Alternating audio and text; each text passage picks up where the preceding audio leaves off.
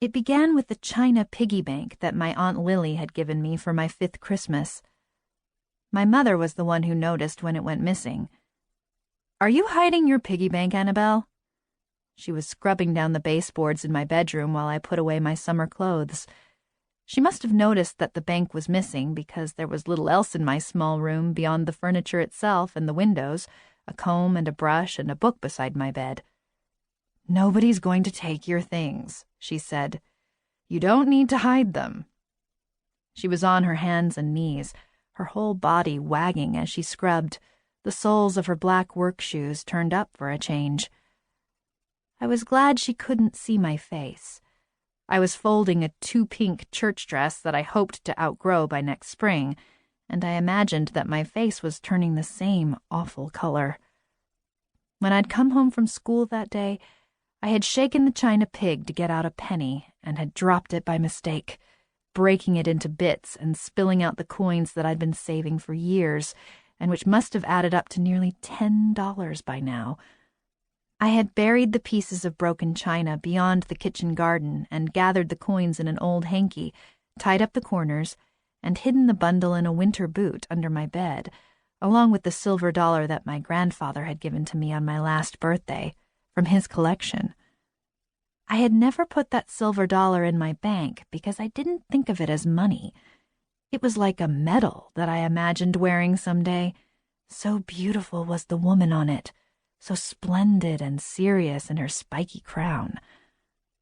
And I determined that I would part with a penny, maybe even more, but I would not give up that silver dollar to the terrible girl waiting on the path that led into Wolf Hollow.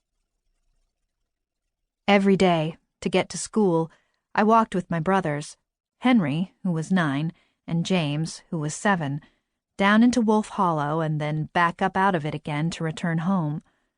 And that was where a big, tough, older girl named Betty had said she'd be waiting for me after school. She had been sent from the city to stay with her grandparents, the Glengarrys, who lived above the bank of Raccoon Creek, just past the end of the lane to our farm. I'd been afraid of her since the day she appeared at the schoolhouse 3 weeks earlier. It was whispered that Betty had been sent to the country because she was incorrigible, a word I had to look up in the big dictionary at the schoolhouse.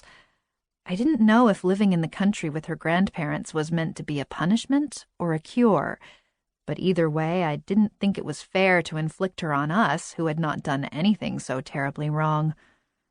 She arrived at our school one morning without any fanfare or much in the way of explanation.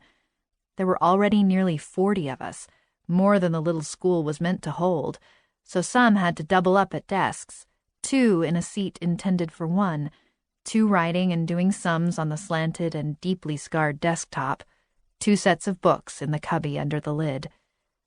I didn't mind so much because I shared a seat with my friend Ruth, a dark-haired, red-lipped, pale girl with a quiet voice and perfectly ironed dresses. Ruth liked to read as much as I did, so we had that one big thing in common. And we were both skinny girls who took regular baths, which wasn't true of all the students in Wolf Hollow School, so sitting tight together wasn't a bad thing. Our teacher, Mrs. Taylor, said, "Good morning," when Betty arrived that day and stood at the back of the schoolroom. Betty didn't say anything. She crossed her arms over her chest. "Children, this is Betty Glengarry," which sounded to me like a name from a song.